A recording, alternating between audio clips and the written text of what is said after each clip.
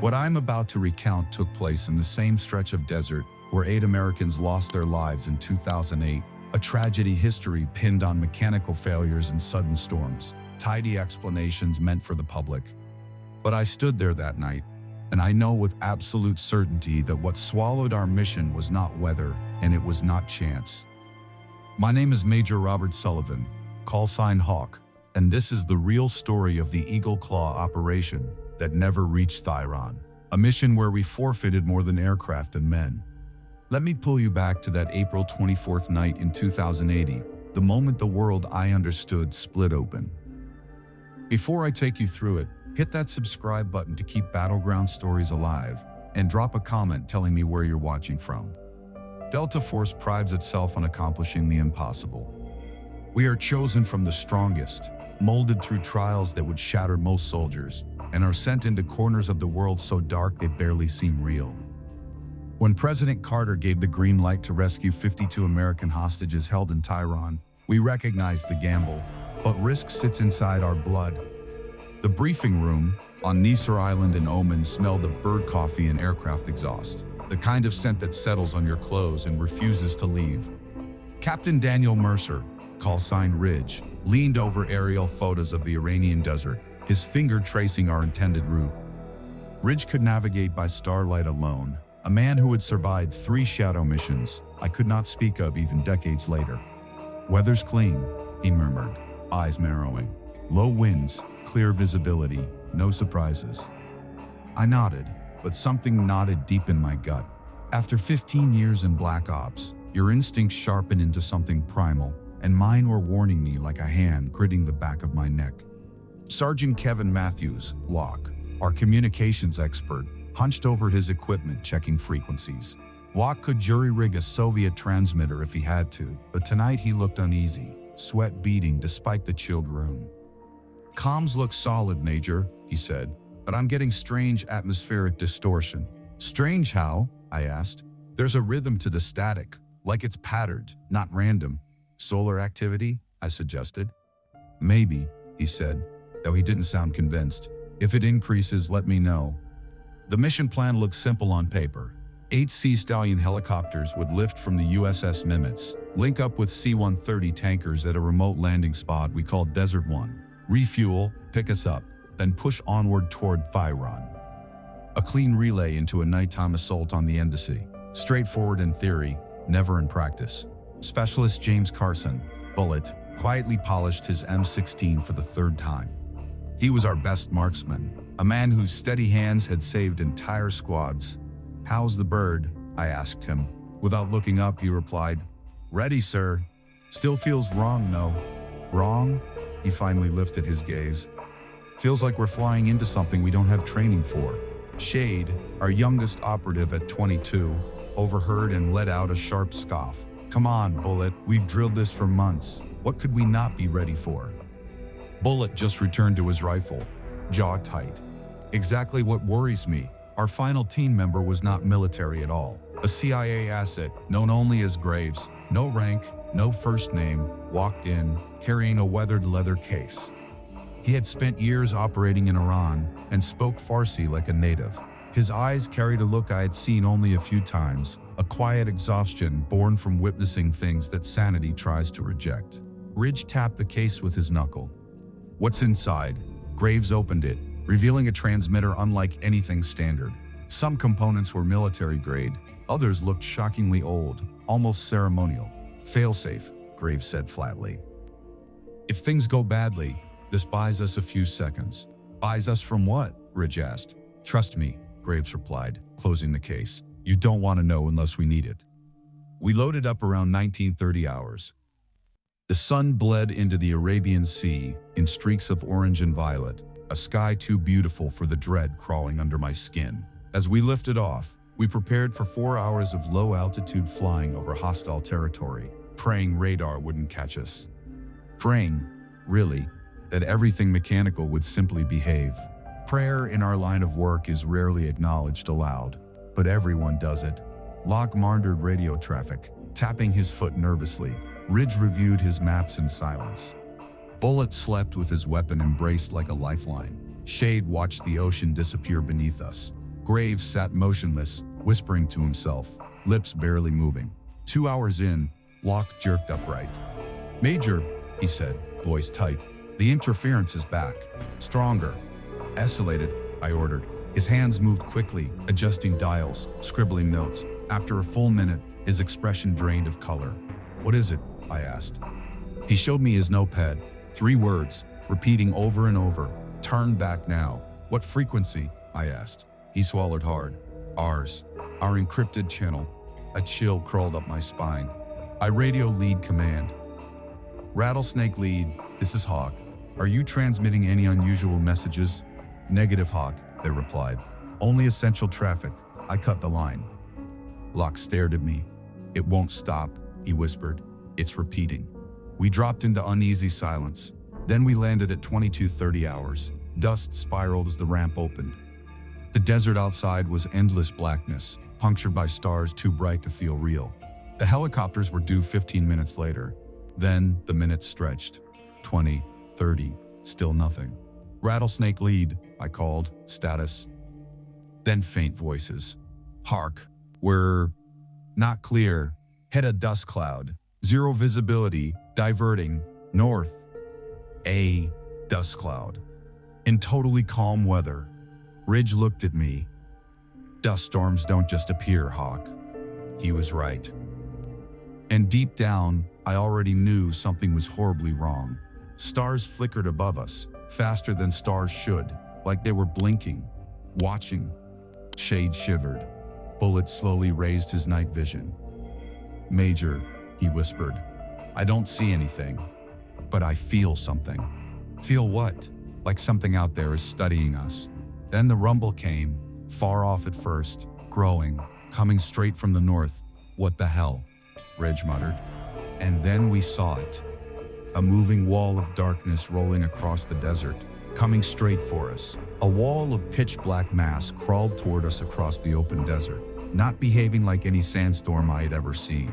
Instead of rolling forward like natural weather, it climbed upward in twisted columns, as though the darkness itself were trying to stand. Something inside that void flashed with a sickly green glare, lighting it from within like veins pulsing beneath diseased skin. And when the nearest bolt flickered, Shabe whispered, barely audible over the rising roar, "Major, what the hell are we looking at?" No one answered him. Locke was shouting into his radio, desperately trying to raise the incoming helicopters or command. But every channel spat static laced with that same message, "Turn back now," cycling through our encrypted system like a warning from something that should not know our frequencies.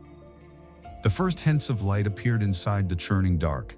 Helicopter beams swaying wildly, machines bucking and twisting in the air as if invisible hands were shaking them. One aircraft trailed fire from its tail assembly, spinning sideways across the sky until it crashed roughly 200 yards from the perimeter in a violent explosion of sparks and shrieking metal. The second hit the ground almost as hard, landing gear snapping as it skidded sideways, blades slicing in the dirt. The third managed a rough but intact landing, though its crew bailed out instantly, sprinting away from the fuselage with terror writ across their faces, as though escaping something we could not yet see. Then the darkness struck us. It didn't strike like wind or sand. It hit like liquid night, cold enough to burn. My breath came out in white clouds, freezing instantly even though the desert temperature had been warm seconds earlier. Locke's gear began popping with bursts of electricity, as if the atmosphere itself were short-circuiting reality. The C-130 engines coughed, sputtered, and died one by one. "Everyone inside, move!" I yelled, but we were too late. The darkness had wrapped around our entire perimeter, swallowing our lights, bending sound, thickening the air until it felt like walking through oil. Within that suffocating cold, shapes formed, humanoid but elongated, silhouettes of impossible anatomy, bending in ways bones could not bend. They hovered and swayed, drifting without footsteps, watching with a predatory patience that felt older than language. Graves appeared beside me suddenly, clutching his strange transmitter as if it were a weapon. "What are you doing?" I barked, as he dropped to one knee and frantically calibrated the device. "What I should have done the moment we arrived," he said, fear cracking through his voice for the first time. When he activated the mechanism, a piercing frequency tore through the air, making my teeth vibrate. The shadow figures recoiled but did not vanish, only drew back slightly, circling just outside its influence like wolves testing a torch. It won't keep them off for long, Graves warned. We need to evacuate, now. Ridge shouted over the drone. Evacuate from what? What the hell are these things? Graves met his stare with a haunted look. Something that was buried here long before any nation drew borders on this desert. Something we woke up. The shapes grew more frantic as the transmitter's influence wavered. I could hear them now, voices bleeding through the dark, thousands of whispers overlapping, crying, hissing, chanting languages that clawed at my mind. Then came human screams. A pilot staggered past us, eyes wide with horror. They pulled Johnson straight through the metal, he yelled, voice cracking. Just reached in and dragged him out like the fuselage wasn't even solid. My stomach flipped. I grabbed his vest. Where did they take him? The man only pointed toward the darkness. Out there, he was shouting, begging, then nothing. Bullet raised his rifle, knuckles white. Major, permission to fire. How do we kill shadows? I muttered, but we needed to try. Engage. Muzzle flashes tore brief holes in the night. For a split heartbeat, I saw one clearly. A stretched human outline, limbs drooping like melting wax, skull tilted sideways at an unnatural angle, eye sockets hollow yet somehow staring straight at us. Bullets passed through it like smoke. It advanced anyway, clicking like brittle insect mandibles grinding together. Fall back to the C-130s, I ordered. But the darkness moved faster than we did, shifting in waves, cutting off retreat paths, swallowing men in seconds. Locke didn't have time to scream when one reached him. One moment he was beside us, radio clutched tight. The next he was yanked backward and dragged noiselessly across the ground, vanishing into the void as sparks burst from his equipment. Locke! I fired wildly, rage and helplessness boiling through me. Ridge seized my arm. Major, we can't save him. We save who we can. He was right. I forced myself forward. Everyone to the last helicopter. Move! One Sea Stallion still had engines struggling for life. Rotors turning sluggishly, but turning. We fought our way toward it, bullets doing nothing but giving us flashes of visibility. Graves lifted the transmitter like a shield, his body shaking as the shapes recoiled just enough to clear a narrow passage. Shade ran behind us, last in line, fast and not fast enough. A tendril of darkness twisted around his ankle, jerking him off his feet. Help! Don't let it take me! He screamed, clawing at the sand. Bullet and I seized his arms, pulling, muscles tearing, hearts pounding, but the thing dragging him was stronger, inch by inch pulling him away. Shade was crying now, voice breaking. Hold on, please, don't let me go. I felt his grip slipping from my fingers, cold, slick, fading. His hand tore free, and Shade disappeared into the dark with a strangled cry that cut off instantly. We made it to the helicopter, 6 of us out of dozens. The pilot yanked us aboard and hauled the bird upward. As we rose, I looked down at the abomination below, darkness stretching outward, swallowing the wreckage, swallowing bodies, swallowing the desert itself. At its center, something colossal began rising, a towering mass of smoke-like form coiling upward, crowned by 2 gleaming points of light, eyes far older than humanity, staring straight at us. The helicopter shuddered violently. Alarm screamed. "Losing hydraulics!" the pilot shouted. "Can't hold her!" Graves pressed his transmitter against the comm panel, dialing it into some desperate frequency. The helicopter steadied, barely. "Fly south," he gasped, blood trickling from his nose. "Get away from this place. What about the men we lost?" I demanded. "Locke, Shade, Johnson. Everyone down there." Graves turned to me with raw grief. "They're gone, Major, and if we turn around, we'll join them." The darkness surged behind us, racing across the desert like a tidal wave. Graves cracked the transmitter to maximum output, veins bulging, eyes watering. "When I fall, fly as fast as she'll take you," he whispered. "Don't hesitate." "Fall?" I grabbed his shoulder. "What do you mean?" But he had already opened the door, and then he jumped. I watched him plummet, clutching the transmitter to his chest. When he hit the sand, the world erupted in a blinding white detonation that erased the darkness for 3 straight seconds. When my vision returned, the entity had paused, circling the blast site like animals around a sacrifice. The pilot pushed the Sea Stallion to its limit, engines growing, fuel warning lights flashing. We limped into Saudi territory on desperation and dying machinery. When we landed, no one spoke, no one breathed, no one could comprehend the thing we had escaped. Official reports later claimed mechanical failure and weather. 8 American servicemen dead, mission aborted. But I know what happened.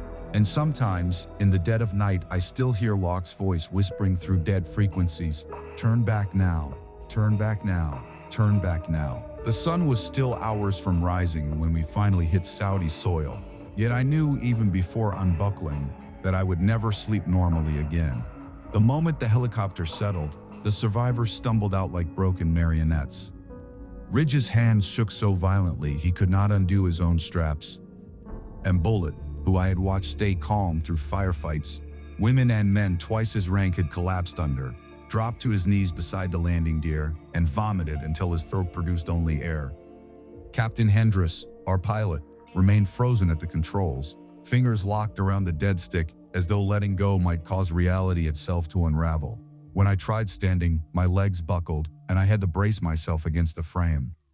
Nothing physical seemed damaged, but something deep inside me, something tied to the shape of the world, the way I believed things work, had been fractured. Ground personnel approached cautiously, beams from their flashlights trembling even before they reached us. One young airman took one look at our faces and stumbled back as if he had seen ghosts rising from fresh graves. "My God," he whispered, voice thin. "What happened to you?" I had no strength to answer. No words existed that would make sense to someone who had never felt darkness move with intention. Within 60 minutes, we were escorted into a windowless room sealed from the outside world. Armed guards stood on both sides of the door, while 3 men in identical suits entered with folders tucked beneath their arms. They introduced themselves not by name but only as representatives of the Defense Intelligence Agency. The eldest man, silver hair, stone-cold eyes, sat across from me and folded his hands. "Major Sullivan," he said, calm as a surgeon. "Walk us through everything that occurred at Desert One." I stared back at him. "What's the official line?" "There is no official line yet. That's the point. We need your statement." I felt something in me harden. "Then write down the truth." He repeated the word as if testing it. "Truth. As in, radios failed, aircraft malfunctioned, dust storm, casualties, mission aborted." "That's not truth," I said quietly. "That's what sounds reasonable." He leaned forward. "Then help me understand what is reasonable to you." Widge looked hollowed out, 10 years older since Fard Flat. Bullet hadn't lifted his eyes from the 4. Crix kept rubbing his temples like he was trying to erase images burned into them. I took a slow breath. "We encountered hostile elements." The man's pen stilled. "Iranian forces?" "No," I whispered. "Something else." The 3 men exchanged glances, sharp enough to cut steel. Then the silver-haired one slid a folder across the table. "Before you continue, Major, look at these." I opened it. Photographs poured out, dozens. Different countries, different decades. Each showed the same horrific scene. Military encampments abandoned mid-action, vehicles running, weapons left neatly in place, entire units vanished without a trace. One photo showed soldiers in Soviet uniforms from the Second World War, trucks parked in perfect formation beneath a Central Asian sun, cabins empty. Another displayed a British colonial regiment from the 1920s in the Sahara, tents still erected, meals half-eaten, not a single human left behind. My stomach twisted. "What is this?" "Proof," he replied softly, "that your team is not the first to encounter this phenomenon." Ridge's voice cracked, a raw mix of rage and betrayal. You knew something was there, and you sent us anyway." "We had suspicions," the agent said. "Graves, your CIA liaison, confirmed them. That is why he carried that device. That is why he was embedded at all." "Graves dead," I said. "He gave his life to save ours." For the first time, emotion flickered across the man's face. Grief, real and heavy. His name was Michael Reeves. He had a wife and daughter in Virginia. He volunteered for this mission knowing exactly what the danger was. Bullet's voice finally surfaced, gravelly and shaking.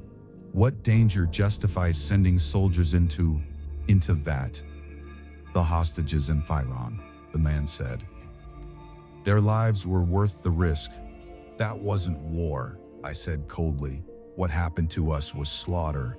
7 lives, he corrected. 7 men recovered from Desert One.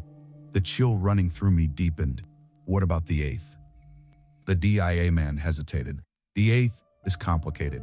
We recovered remains, but identification has been difficult. The body appears degraded in ways that do not match the crash timeline. Ridge's voice sharpened. What body? The agent's eyes moved toward Bullet. We believe it is Specialist Carson. Bullet slowly lifted his head, disbelief painted across his face. That's impossible, he whispered. I'm sitting right here. The remains had your tags, the agent replied. The dental records matched, yet you are alive, which means either our forensics made a catastrophic mistake, or something occurred at Desert One we do not yet comprehend. Silence pressed against the room like a physical weight. We need to see the body, I finally said. Classified, the agent responded. Above your clearance. As of now, you are all being reassigned. Separate commands, separate continents. You will not communicate with one another again. If you discuss this, you vanish. We understood. They sent me to Fort Bragg for evaluation, military code for locking someone away until their mind becomes acceptable again. Each day I sat across from Dr. Patricia Grant, a psychologist with kind eyes that hid warnings she wasn't allowed to speak. Tell me about the nightmares, she said during our 5th session. I don't dream, I answered. Major, multiple reports say you wake up screaming. I stared at the ceiling. What goes in the report if I tell you? That depends on what's real and what isn't. What if I tell you I hear Locke? Not in dreams, awake. In the room, her jaw tightened. What does he say? That they're not dead, I whispered. That they're still down there, somewhere worse. She wrote quickly. Do these feel like memories or dreams? Both, I said. Neither. I don't know anymore. Major, she asked quietly. Has it occurred to you this might be trauma? Survivor's guilt? I almost laughed. Textbooks don't explain hearing Locke's voice on actual radio frequencies. Her pen stopped mid-stroke. When was this? 2 nights ago, I said. The transmission was clear. Her voice shook slightly. What did he say? He said, Hawk, we're still here. Come back for us. She breathed out slowly. Major, that's impossible. Locke is dead. I looked at her. I know what the report says, but I heard him. I knew what the official report claimed, but that didn't matter. I knew what I heard, and the voice on that radio was Locke's, as clear as if he stood beside me, calling from a place no living person should be able to reach. And the terrifying part was that I wasn't alone. I pulled a creased letter from my pocket and slid it across Dr. Grant's desk. Ridge sent me this before heading to Germany, I told her. She opened it, eyes scanning quickly before slowing as the words sank in. Hawk, I know we're not supposed to talk, but something followed us back. 2 nights ago, I heard tapping at my window. When I checked, there was a handprint on the outside. We're on the 3rd floor. The print had too many fingers, and they were far too long. I think the things from the desert found us. Be careful. Dr. Grant folded the letter with trembling hands, then looked at me with a strained attempt at professionalism. Major, I'm recommending increased sessions, possibly twice per day, and a mild sedative to help with sleep disturbance. You want to drug me? I said, so I stopped seeing what is actually there. She shook her head gently. I want to help you heal. How do you heal someone who isn't sick? I murmured. How do you treat someone who's seen the truth? She didn't respond, but the flicker in her eyes told me she believed more than she would admit. 6 weeks after Desert One, at 200 hours, my barracks phone rang. The voice on the other end was shaky, desperate. Major Sullivan, who is this? Herx, the pilot, whispered. Listen, I don't have long. They're watching me. My pulse spiked. Captain, where are you? Doesn't matter, he said. Just listen. I found out something about the body they claimed was Carson's. Cold dread settled in my spine. What about it? I have a friend in forensics, he said, words trembling. He let me see the autopsy. Hawk, that body didn't die in the crash. It wasn't even fresh. It was shriveled, dried out, like it had been lying in a desert for years, except it still had fresh blood inside it, both at once. like it was dead for years and moments at the same time. My breath caught. Explain. I can't, he whispered. And there's more. They found sand in its lungs. Not surface sand, deep sand. Sand that comes from far below ground. And the sand was moving. Even sealed in a morgue bag, it was shifting, almost breathing. My mouth went dry. Where's the body now? Gone, he said. Vanished from the morgue 3 days after the autopsy. No break-in, no cameras. It was just gone. I pressed my hand to my forehead. Crix, listen to me. What else did your friend say? He swallowed hard. The night the body disappeared, every radio on the base picked up the same transmission. Just a few seconds, but everyone heard it. What transmission? I asked. Silence stretched long enough that I thought the call had dropped. Then he whispered, voice shaking, they're waking up. Who? I demanded. Who's waking up? I don't know, he said, voice trembling. But I think Graves knew. I think he sacrificed himself not just to save us, but to push them back under. To buy time. Crix, where are you? Tell me. The line cut to dead static. When I tried calling back, the number no longer existed. 2 weeks later, the official notice arrived. Captain Marcus Crix found dead in his Maryland apartment. Cause of death, heart attack. He was only 34. They called it natural. I knew it wasn't. After that, it became an obsession, finding the others, trying to understand what haunted us. Ridge was stationed in Germany but refused to speak on the phone. He sent letters instead, every one worse than the last. He wrote about shadows that moved when no wind touched them, about waking up with sand in his mouth, about hearing Locke calling from closets, from drains, from the darkness under his bed. His final letter arrived in November. They found me. If you were reading this, run. 3 days later, Ridge was declared absent without leave. His bunk was neatly made, boots aligned perfectly, uniform folded with care, no note, no signs of struggle. He was simply gone. Bullet was the hardest to track down. He had vanished into civilian life, discharged on medical grounds. I followed cold leads for months until I found him living alone in Montana. His cabin looked fortified, surrounded by hundreds of mirrors hung on poles and trees, all facing outward like shields. Bullet met me on the porch, rifle in one hand. His hair had gone nearly white, eyes carrying a haunted glint I recognized from my own reflection. Hawk, he said quietly, you shouldn't have come. I needed to see you, I said. I needed to know you're alive. He laughed, a hollow, cracked sound. Alive? None of us are alive, Hawk. We're just waiting. He gestured toward the forest, toward the mirrors. They don't like reflections, he whispered. They can't move through them. Or maybe they just don't like seeing themselves. Who? I asked. Who's out there? The things from the desert, he said. They followed us. They watch from the tree line every night. They whisper in voices that don't belong to them. Locke, Shade. Others, they mimic them to lure me out. I placed a hand on his shoulder. Bullet, you need help. His eyes hardened. Then explained the sand. He led me inside.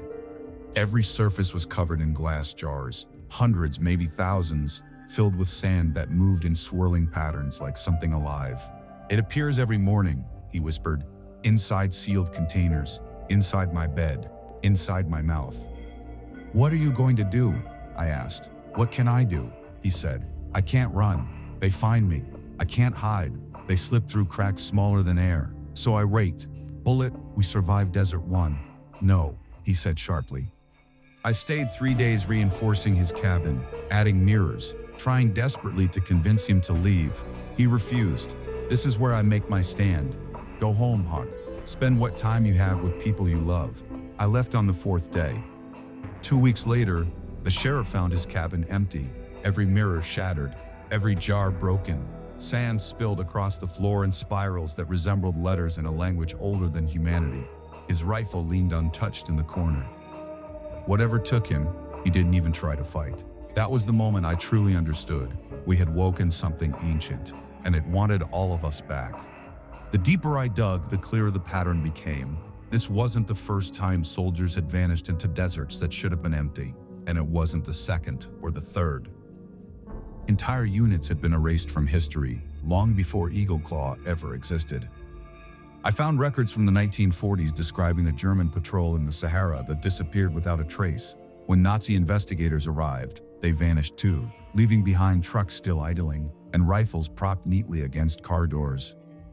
In 1952, a French Foreign Legion company vanished in Algeria, with only 2 survivors found wandering the dunes, raving about sleepers beneath the sand.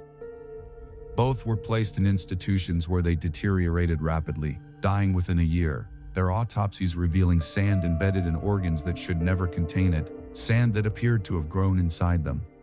In 1967, during the Six-Day War, an entire Israeli unit went silent in the Sinai.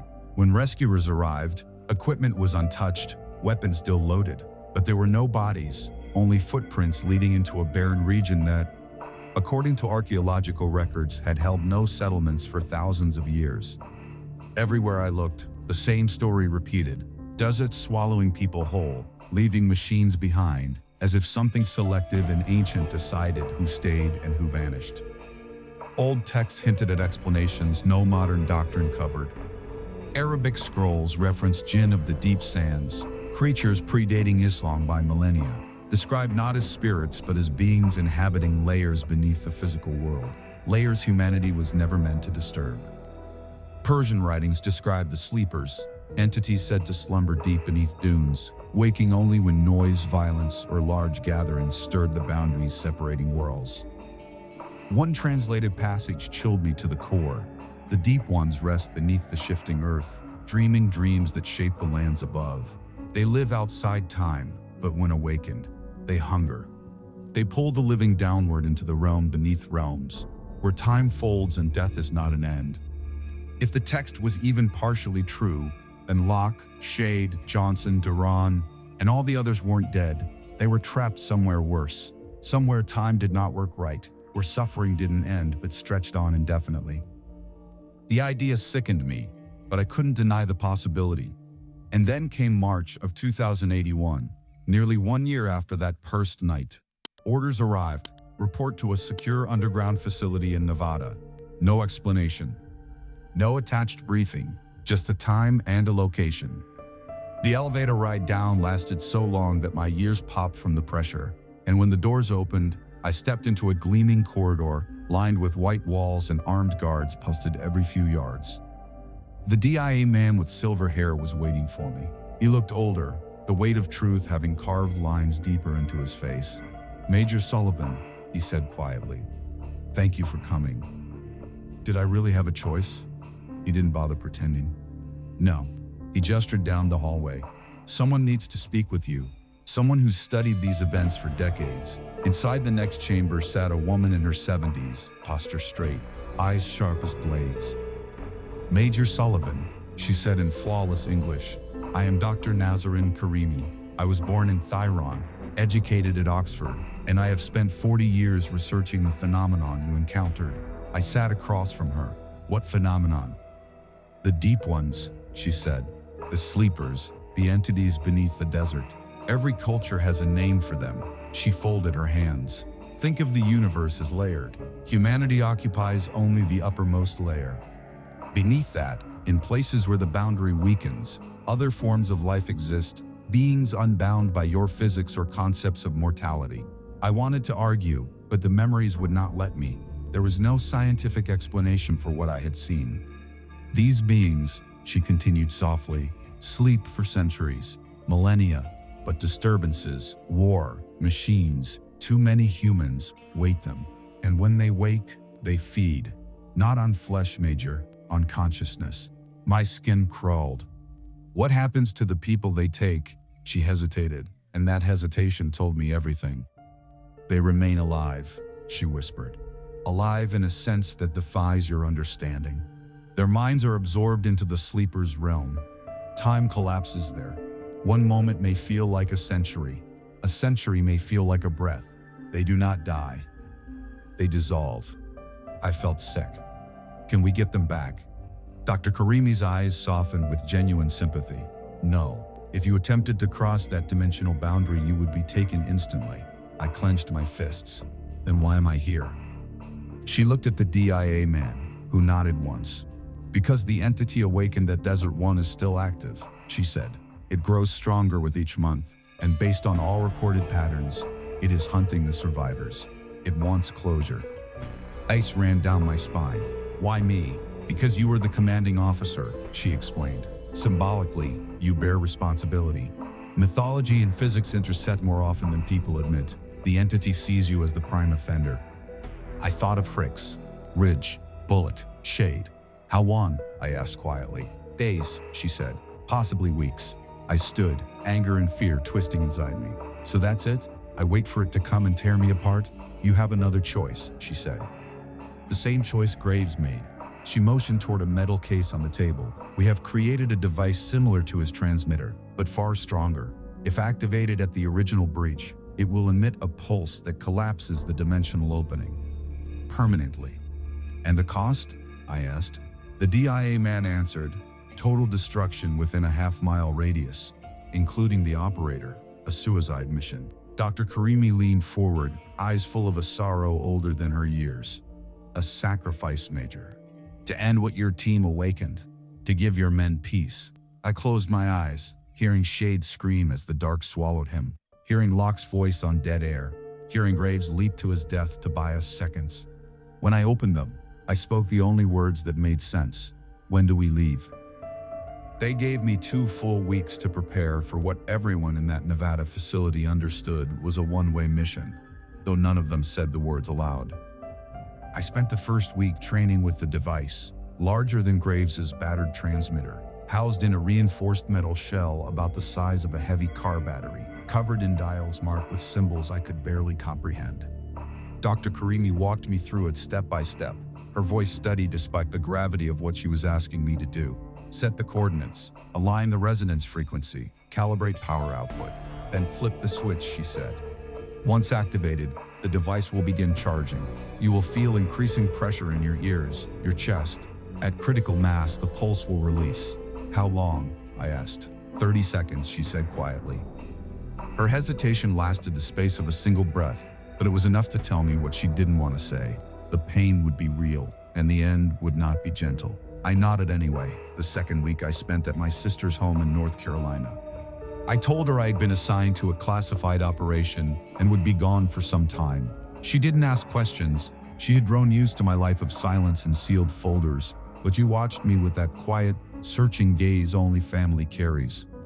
We cooked dinner together, played with her kids, talked about weather and school and everyday nonsense. I memorized every second of it, trying to carve the warmth into my bones, so I could take something human with me into the dark. On my last night, I sat alone on her porch, staring at the stars. They no longer looked like stars to me, more like holes punched through a thin veil, openings to places where something might be staring back. At around 300 hours, gravel crunched behind me. I didn't reach for my weapon. I already knew. Block stepped into the moonlight. He looked exactly as he had the night he was taken. Same uniform, same young face, but his eyes were hollow, pits without depth, as if whatever made him human had been scooped out and replaced with something cold. Hawk, he said, voice echoing unnaturally, like 2 people speaking at once. You're going back. I am, I answered. You can't close it, you said, not from this side. It's too late. I have to try. He tilted his head, a movement that looked almost human but not quite, as if he were mimicking something he no longer understood. We're waiting for you, he whispered. All of us. Shade, Duran, everyone. We're waiting in the dark. It's not so bad once you stop fighting. The dream becomes peaceful. A coldness knifed through me. You're not Locke. You're wearing his face. The thing smiled, an expression stretched too wide. I'm what's left of him, it breathed. We're all what's left. Come join us, Hawk. Stop fighting. It hurts less that way. Get off my property, I said. The creature laughed, a sound like wind moving through abandoned hallways. Then it turned, dissolving into the shadows as if it had never existed. I didn't sleep after that. At dawn, a military transport flew me to Saudi Arabia. No roster listed my name. No briefing officer greeted me. Only a silent loadmaster who avoided eye contact. From Saudi territory, a special operations helicopter carried me north under moonless sky, flying low to avoid detection as we crossed into Iranian airspace. The pilot, an MH-60 veteran with a dozen covert missions under his belt, kept glancing at his instruments, jaw tight. "LZ is hot," he said over the radio. "Not enemy hot, something else. My gauges are going haywire. This whole area is generating an electromagnetic field I've never seen." Through the window I saw Desert 1, and my heart stopped. The remains of the C-130s were still there, but they looked decades older, half buried in sand drifts piled in impossible formations. The metal was corroded, twisted, decayed, as if time had run faster here than anywhere else. And around the entire site crawled a ring of darkness, thick and pulsing, expanding outward like a living halo. Shapes moved inside it, elongated silhouettes drifting without sound. "I can't land inside that," the pilot said. "I'll drop you at the edge. You'll have to walk in from there." "How far?" "Half a click." "But Hawk," his voice cracked, "I'm not staying. The second you're off this bird, I'm gone. Whatever's down there, it's wrong." "Trust your instincts," I told him. "Then get clear." He hovered just long enough for me to jump. The device weighed heavy on my back but felt insignificant compared to what surrounded me. The helicopter peeled away instantly, disappearing into the night. I was alone. The boundary of the darkness was only 50 yards ahead. Even from a distance, I could feel cold radiating from it. Unnatural cold, like standing in front of an open tomb. I stepped forward. The temperature dropped 30 degrees in an instant. Frost formed on my eyelashes. Sand crunched beneath my boots like shattered glass. The shapes materialized at the edges of my vision, too tall, too thin, moving with joint angles that defied anatomy. They didn't attack. They simply watched, waiting, whispering in voices that were almost familiar. "Hawk," Locke's voice. "Hawk," shades. "Turn back." My breath shook, but I kept walking. The skeletal hulks of the C-130s rose from the sand like rib cages of ancient beasts. Symbols etched themselves across the frost-covered metal, patterns that hurt to look at. At the center of it all lay the crater where Graves had died. It was larger now, a yawning pit glowing with green light pulsing from deep below, breathing like a massive, buried lung. That was where it began. That was where it had to end. I set the device at the rim, hands trembling as the whispers grew louder. Footsteps scraped behind me. I spun around. Bullet stood there, but his eyes were empty.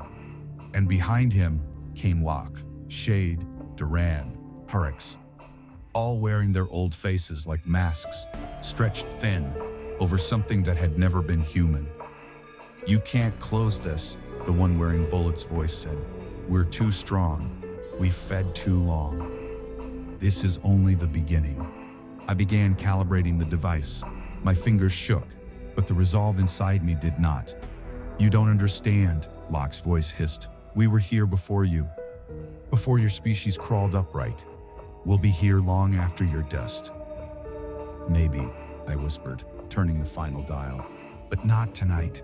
The shapes surged toward me, abandoning their illusions, revealing what they truly were: shadow and hunger and ancient malice. Their hands stretched with too many fingers. Their mouths opened far too wide. I flipped the activation switch. The world exploded in light. The blast built inside the device like a living heartbeat, pressure crushing my lungs as the green radiance swelled. And by the time I realized 30 seconds had already passed, the energy had grown far beyond the threshold Dr. Karimi had warned me about. It was charging, it was adapting, recalibrating for the enormity of the breach, gathering enough force to tear the wound in reality shut from the inside out. I stood at the crater's edge as the light intensified, thinking of Locke and Shade and every man we had lost, hoping they were free now, hoping whatever tortured realm had held them was collapsing along with the breach. I thought of my sister in North Carolina, of Ridge broken in Germany, of Bullet hiding behind mirrors, of Graves, Michael Reeves, who had thrown himself into the darkness so the rest of us had a chance to run. The heat behind me turned blinding white. I closed my eyes and accepted the end. Then something grabbed me with the kind of strength that comes from sheer human desperation. Two hands wrapping around my shoulders, yanking me backwards so hard I stumbled. "Move!" someone shouted. I didn't even understand at first. I was being dragged away from the crater, boots scraping across sand that vibrated like the earth was screaming. We made it maybe 60 yards before the device detonated. The explosion wasn't a sound so much as an event. Every thunderclap in history happening at the same instant. Every bolt of lightning condensed into one impossible flash. The shock wave hit us like a giant hand swatting insects, throwing us across the desert floor. When I finally regained consciousness, the world was quiet. Real quiet. Not the dead quiet of the entity's presence. This was sunlight on untouched sand, a gentle breeze, a sky that looked like it belonged to our world again. I pushed myself up, body aching, ears ringing. Beside me, coughing and covered in dust, was Bullet, his eyes clear, human, alive. "Hawk," he rasped, voice raw. "Did we get them?" I turned toward where the crater had been. It was gone. The twisted C-130s that had looked decades old were gone too. In their place was smooth desert, untouched, unscarred, as if the breach had never existed. "Yeah," I said, "we got him." His eyes filled with relief so fierce it almost looked like pain. Then more movement stirred around us. Men emerged from the sand, not ghostly, not phasing into existence, but digging upward as if waking from burial. Locke stumbled free first, choking, terrified, but breathing. Shade surfaced a few feet away, confused, dazed, but alive. More followed, pilots, crew, operators, not all of them. Duran never surfaced, and Hicks did not appear. Some souls were taken too deep, too far gone to return, but enough had been saved to prove the breach had expelled what did not belong. Time had been strange for them. Locke said it felt like days. Shade said weeks. Others said minutes. None of them had any clear sense of how long they had been trapped. The only thing they agreed on was that the thing in the dark had been feeding on them, and just before the breach collapsed, they felt it weaken, felt something tear them free. We didn't stay long. Iranian forces would respond soon. Locke managed, somehow, to get a comm signal working long enough to call for extraction. Within an hour, helicopters arrived, loading us up, hauling us south towards Saudi territory, with Iranian fighters scrambling too late to reach us. What followed were months of debriefings. Doctors, intelligence officers, psychologists, every one of them trying to understand, categorize, analyze something that existed far outside their textbooks. Time dilation, sensory distortion, collective hallucination, dimensional fractures. Every explanation fell apart when cross-examined. No one could rationalize what had happened. The official history remained unchanged. Operation Eagle Claw failed because of mechanical issues and a dust storm. 8 Americans dead. Mission aborted. That is the version written in the books. But those of us who walked through that nightmare, who lived the first night and the second confrontation, we know the truth. Something sleeps beneath certain deserts. Something ancient. Something patient. Something that wakes when disturbed. After the mission, Dr. Karimi's research was buried in classified archives so deep that most people will never even know the files exist. In them are instructions for building the device, maps of other places where the barrier between worlds is thin, and protocols for dealing with breaches. Because the entity was right, we didn't destroy them. We only pushed them back into their layer of existence. And one day, whether through war, greed, or human ignorance, someone else will break the silence and wake them again. When that day comes, there must be people who remember what we learned the hard way. People ready to make the same sacrifice Graves made. I retired in 2083, medals for missions I can never speak about pinned to my uniform. I live quietly now, in a small town where the nights feel normal again. I still don't sleep well, probably never will, but I sleep better than I did before Desert One was sealed. Locke teaches high school history in Ohio, refusing to speak of his service unless absolutely necessary. Shade works for the National Park Service, choosing wide-open spaces where shadows can't sneak up on him. Bullet went back to Montana, tore down every mirror, and plants a garden each spring as if reminding himself the world can still grow things instead of devouring them. Ridge resurfaced months later, thin, exhausted, but alive. He works private security now, excellent at spotting vulnerabilities no one else sees. We stay in touch. We meet sometimes. We never talk about the breach. We don't have to. On the 40th anniversary of Eagle Claw, we all met at Arlington National Cemetery. We stood in front of the memorial bearing the names of the 8 men listed as dead in the official version. We were quiet for a long time. Finally, Shade said, "We should tell someone." Locke replied, "Who would believe us?" They both looked at me. I stared at the names etched in stone. Johnson, Duran, Hicks, Graves, men torn from the world by something no one else would ever acknowledge. Some stories, I finally said, aren't told for glory. They're told so the next person recognizes the warning and lives. And that is why I'm telling this now. If you ever find yourself in a desert at night, and the sand feels like it's shifting on its own, if radios pick up messages that shouldn't exist, if shapes move in ways no human body should, listen carefully, turn back. Because we opened a door that was never meant to be touched. And even though we forced it shut, there are other doors, other weak places, other things waiting.